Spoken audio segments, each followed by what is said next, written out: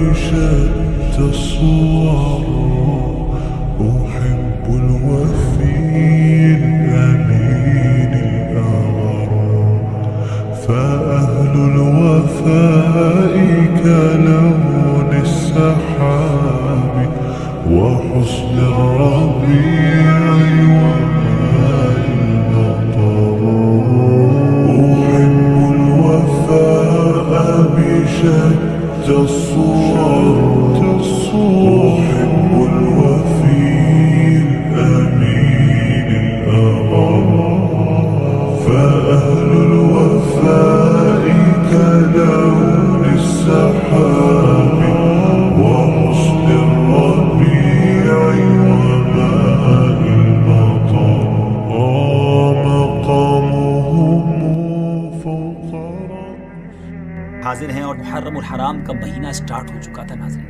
2 मुहर्रम सन 61 हिजरी का दिन था जब इमाम हुसैन रदी अल्लाह तआला अन्हु करबला के मैदान में पहुंचे।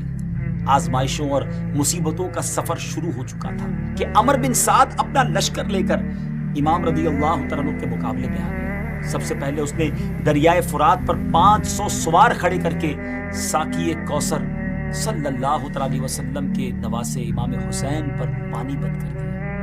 इमाम रदी अल्लाह तआला अन्हु ने इब्ने साद को बुलाकर समझाया कि वो गलत कर रहा है।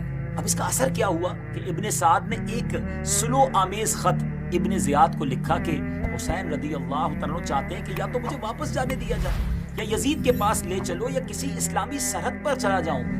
हालांकि इमाम हुसैन रदी अल्लाह तआला अन्हु ने यजीद पलीद के पास जाने को हरगिज ना फरमाया था, जबकि इब्ने साद का खत जब इब्ने ज़ियाद ने पढ़ा तो पहले मान गए कि ठीक है, लेकिन यहाँ एक और बदबख्त और जालिम शख्स शिमर मौजूद था। उसके भड़काने पर इब्ने ज़ियाद को जवाब लिखा कि देख हुसैन से मेरी फरमाबरदारी के लिए कह, अगर मान ले तो यहाँ भेज दे वरना उन्हें और उनके साथियों को कत्ल कर दे। अगर तू हमारा हुक्म मानेगा तो तुझे फरमाबरदारी का इनाम मिलेगा, वरना हमारा लश्कर शिमर के लिए छोड़ दे।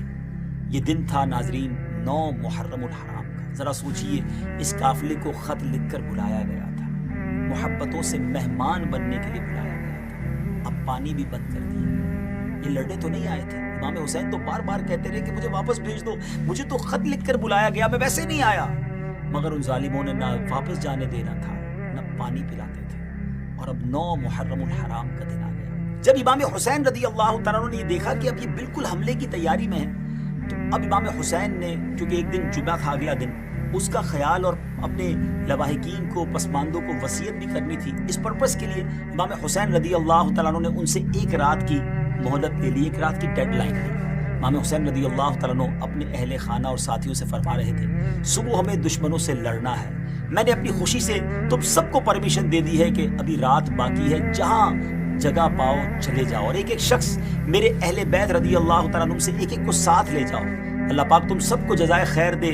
देखो चले जाओ यहाँ तक कि अल्लाह ताला बला टाले। दुश्मन जब मुझे पाएंगे तो तुम्हारा पीछा न करेंगे, ये मेरी खून के प्यासे हैं, मगर आपको छोड़कर जाने के लिए कोई भी तैयार ना हो। ये वफादारी की वो अजीम रात थी कि उन लोगों ने कहा कि खुदा की कसम हम हरगिज ऐसा ना करेंगे, बल्कि अपनी जानें, अपने बाल बच्चे आपके कदमों पर फिदा कर देंगे, आप पर कुर्बान होकर मर जाएंगे।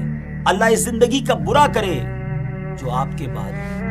नाज़रीन, ये भी तो कलमा गो थे, ये भी तो नबी पाक के उम्मती थे, मगर क्या इश्क अहले बैत था कि हुजूर आप नबी पाक अलैहिस्सलाम के नवासे हैं, आपके कदमों पर हमारी जानें कुर्बान।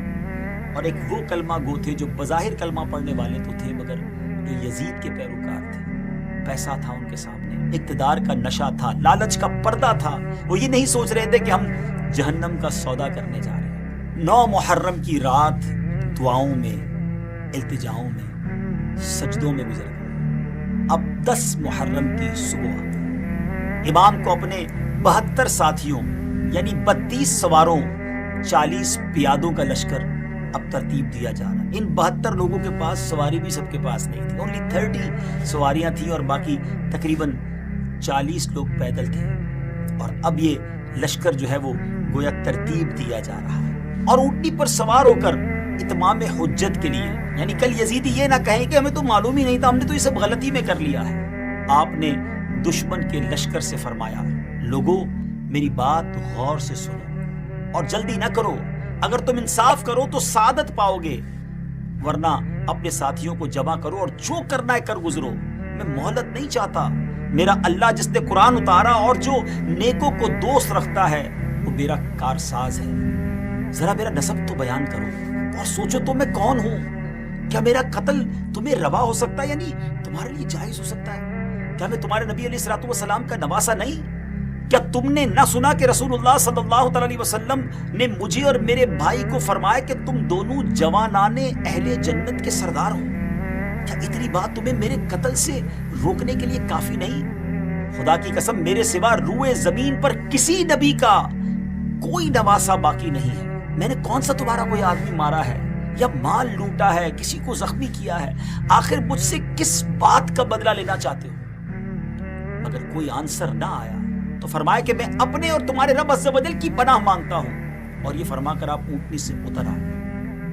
ذرا سوچئے تو صحیح ناظرین، اس خطبے کے بعد تو رونگٹے کھڑے ہو جاتے ہیں جب بھی سنتے ہیں، مگر لالچ کیا کچھ انسان سے کرواتی ہے۔ اب شقی ابن سعد نے اپنے ناپاک لشکر کو امام مظلوم رضی اللہ تعالیٰ عنہ کی طرف حرکت کرنے کا کہا۔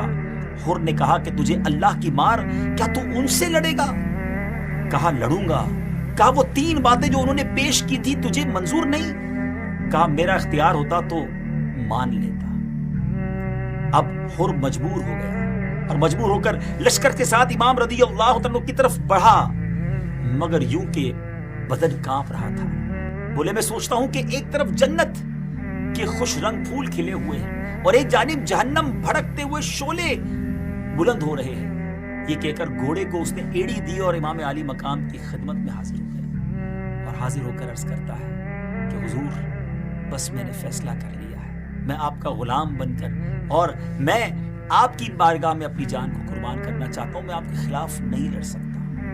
یہ ایسا ٹرننگ پوائنٹ تھا حر کا کہ وہ بعد میں حضرت حر رضی اللہ تعالیٰ عنہ کہہ رہا ہے۔ وہ شاعر کہتے ہیں نا، یہ نعرہ حر کا تھا جس وقت فوج شام سے نکلا کہ دیکھو یوں نکلتے ہیں جہنم سے خدا والے۔ ایک ڈیسیشن تھا جو لے لیا گیا۔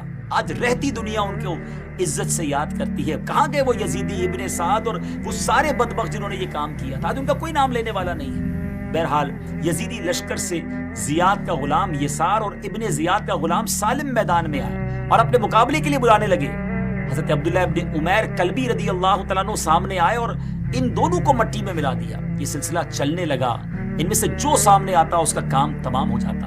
یہ حالت دیکھ کر عمر بن الحجاج چلایا کہ اے لوگو، تمہارے سامنے وہ بہادر ہیں جنہیں مرنے کا شوق ہے، ان میں سے ایک ایک سے مت لڑو۔ ابن سعد نے یہ رائے پسند کر کے لوگوں کو اکیلے لڑنے سے روک دیا، اور پھر عمر بن الحجاج نے فرات کی طرف سے حملہ کیا جس میں امام کے ایک ساتھی شہید ہوئے۔ پھر ابن سعد نے 500 تیر انداز بھیجے۔ اب 3 دن کے پیاسوں پر تیروں کی بارش شروع ہوئی۔ وہ تیر بھی اہل بیت کے شیروں کا کچھ نہ بگاڑ سکے۔ جب ابن سعد نے یہ حال دیکھا کہ سامنے سے جانے کی طاقت نہیں ہے تو 2 لشکر بھیجے، وہ دائیں اور بائیں سے حملہ کریں، مگر دونوں طرف امام کے کچھ ساتھی بیٹھے تھے، جو سامنے آتا اس کو مار دیتے تھے۔ یہ دیکھ کر ابن سعد نے حکم دیا کہ ان کے گھروں کو آگ لگا دو، جو خیمے تھے نا اس کو آگ لگا دی جائے۔ امام نے فرمایا جلا لینے دو، جب آگ لگ جائے گی تو ادھر سے حملہ نہ ہو سکے گا۔